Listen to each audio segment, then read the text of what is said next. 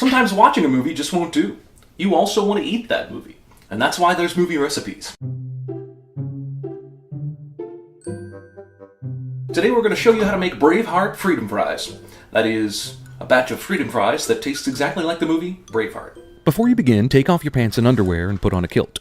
If you don't have a kilt, just take off your pants and underwear. Hand cut your potatoes with a sword.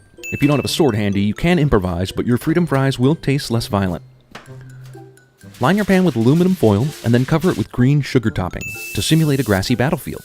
Place one half of the chips on one side of the pan and one half of the chips on the other side of the pan, leaving a large field of aluminum foil and green in between both sets of chips. Make sure you designate one side as English chips and one side as Scottish chips. Place 11 tater tots in the center like so. Apply blue dye on the top tot. Now get a bottle of Johnny Walker Red and pour it all over the Scottish side. Don't worry that Johnny Walker didn't exist until the 1800s. Historical accuracy is not a concern.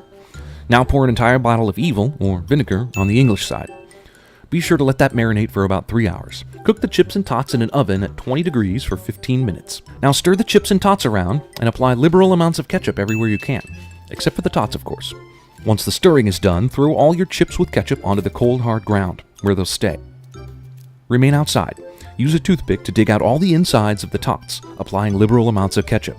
Now cut the blue tot from the rest of the other tots with an axe, screaming freedom to add flavor.